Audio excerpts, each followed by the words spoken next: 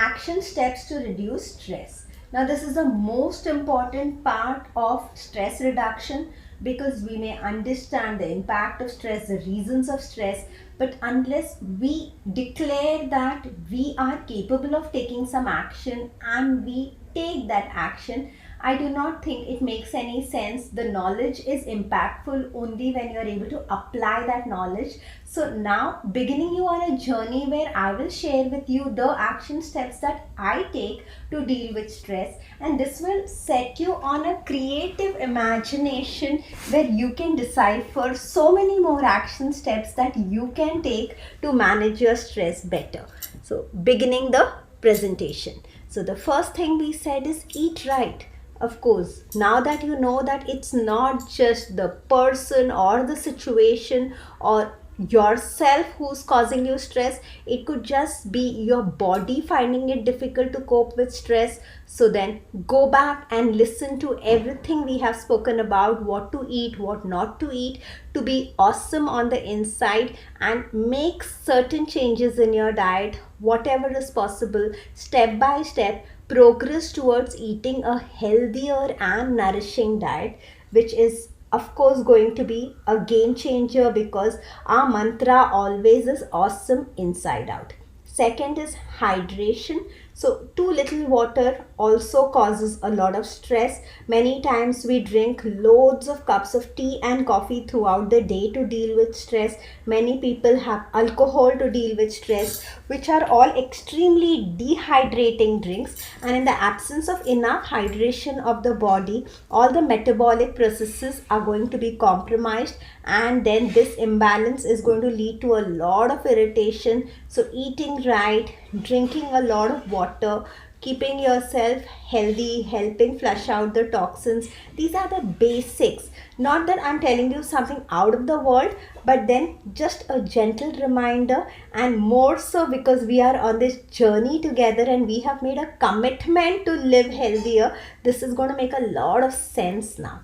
Also, sleep enough. If you've not been sleeping enough or you're not able to prioritize on your sleep timing, I have made certain videos which tell you how you can improve the quality of your sleep, how you can discipline yourself to complete your sleep quota, and ask me for those videos if you can't find them on my YouTube channel. But you will have to find your ways to sleep enough. The thing is, you declare it and you set it as a priority, and then you will find a way to do it. So I've said in the past many times again that once you discover your why, then the how is figure outable. There are many ways to make it happen. You just have to change your mindset to understand that these are really important, and compromising on your meal timings, compromising on the prioritization of drinking enough amount of water, or making time to sleep for yourself is not increasing your productivity or helping you deal with the situation better. On the contrary, it is stressing you, and nobody deals with any kind of situation better when they are stressed. And yes, it is making you lose hair. Now coming to hemoglobin and vitamin B deficiencies, which we spoke about causing the mood swings. So then talk to your physician, talk to me, find out if your vitamin B and hemoglobin is deficient. Simple blood test, again covered in the blood test chapter, will help you decode if they are at a good normal range or you need some kind of supplements. If not supplements, at least discipline changes in the diet. Also, exercise is a mood booster. Exercise releases endorphins. Any kind of exercise that makes you sweat, jumping on the trampoline, going for a brisk walk, running at a gym, yoga, all of it is proven to release certain endorphins. Endorphins are happy hormones, and these happy hormones, you can't be happy and stressed at the same time, right? Like if you're standing in front of a mirror erect and then you're smiling into the mirror, you can't be smiling into the mirror and worried at the same time. So only one emotion can exist at a time. We know that. So then once you get your happy hormones on the higher side, your anxiety hormones, yes, there are anxiety and worry hormones too. They can't coexist with these happy hormones. So invest in exercise. Choose any form of exercise that you like. Get moving. Pranayam again. Breathing right. So breathing right is going to reduce your stress, proven time and again. So invest in pranayam, invest in some guiding breathing exercises. It's extremely simple.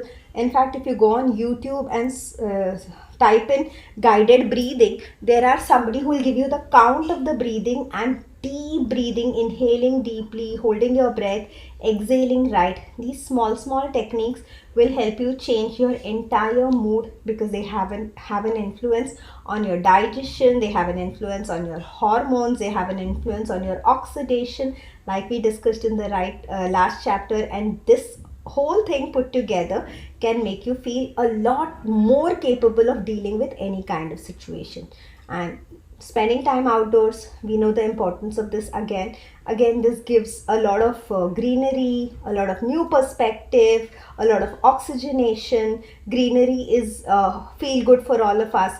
So schedule spending time outdoors in your day-to-day list if it is possible for you, because that is going to reduce your stress. So many times if we are stressed about a situation, especially something at work, we may put in crazy number of hours trying to finish things and stay indoors and think that even stepping out, I don't have the time to do that. But you just need to shift your thought process a little and say that there has to be a balance in the multiple areas, and the most important decision you can take on any particular day is to keep your energy and enthusiasm high, to be in a good mood. So take ownership of that thought process and do whatever it takes to feel good in the moment before you start any kind of work, any kind of conversation, any kind of decision making.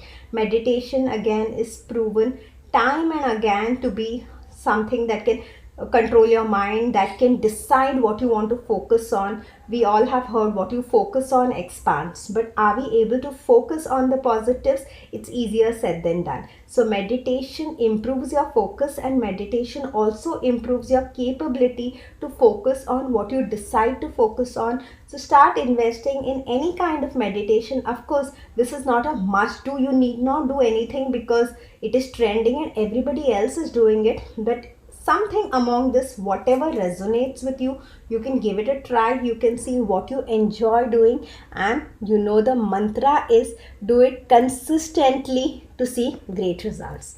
So make a list of 5 things that can change your mood. Do you even know a list of 5 things that can change your mood? So I know my list of 5 things that change my mood, and I also know it, and I have communicated it to the people who are very special to me, who I am very special to. So my family and my loved ones know the 5 things that change my mood, and that makes it easier for them to deal with me when I am feeling stressful or irritated. So I would urge you to first begin to make that list, and once you make that list, I would urge you to share it with your support system that these are the 5 things which uplift my mood, so that kind of you have a mantra to deal with extremely stressful situations and manage them better.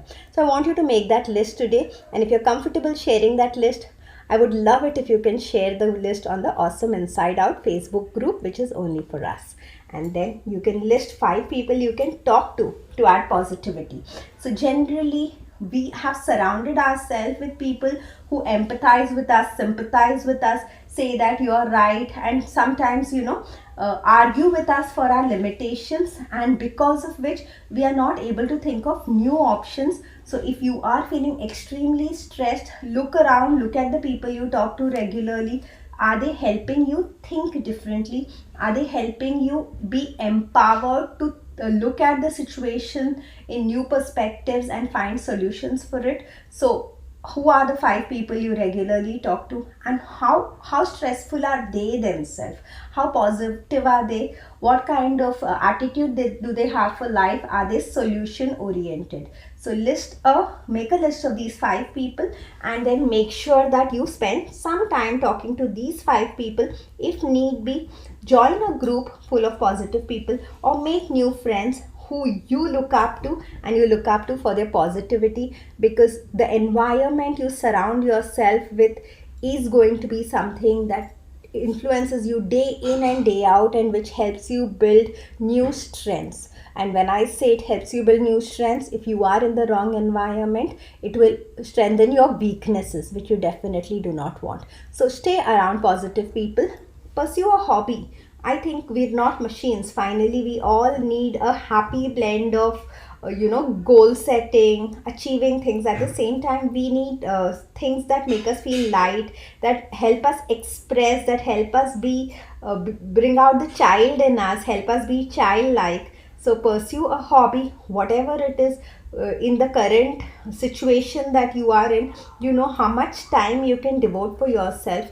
Let it be very very little time, but I think pursuing a hobby again can increase a lot of your energy and make you feel good. Scheduling me time. So of course we love our family, we love our friends, we love our work, but all of us need time alone to rejuvenate. Well, not all of us necessary, but most of us do need that time alone. Some people need less time, some people need more time. So you just have to respect what does your body say, what does your mind say, what energizes you. Do you find that you need time alone? And if you need time alone, you need to schedule that time alone, and you need to talk to your people about making sure that you get your time alone as much as you need it to feel rested and rejuvenated. So looking at the bigger picture will always help you feel less stressed about a situation. When on a particular day there are deadlines to meet and you're not able to meet those deadlines and you feel, oh my god, this is so terrible. If you look at the bigger picture, and if everything goes wrong today, how can you make it better? How many different ways are there to make it better? So once you start looking at the bigger picture, you will start focusing on the solutions, and focusing on the solutions is never stressful.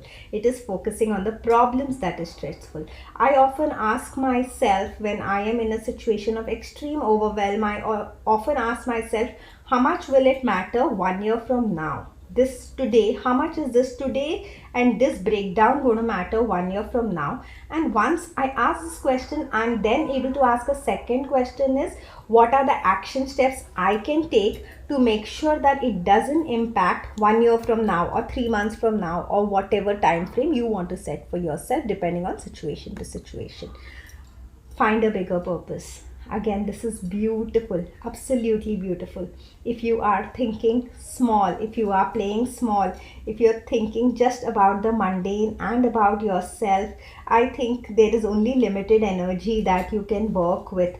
But if you have a bigger purpose, if you're creating something, and if you're making so many people happy, you're adding value to so many people, then the focus completely changes on something that is not an instant gratification, that doesn't so much focus on what is in it for me, and then you are able to derive some energy from the universe, if I could say, and the whole world conspires to make things happen for you. So the power of purpose is something I have personally discovered, and I know that it is magical, and each one of us has a purpose. If you can't find your purpose, then till then just declare a purpose. Think of something really big to do, something really big to create, because as human beings, we all love to grow, we all love to contribute, and once you find a way to grow and contribute, the stressors in your life become more and more insignificant. So now I hope this was helpful, this was meaningful, more than helpful, meaningful. And this is not a bible, or this is not a step by step program about how to manage your stress.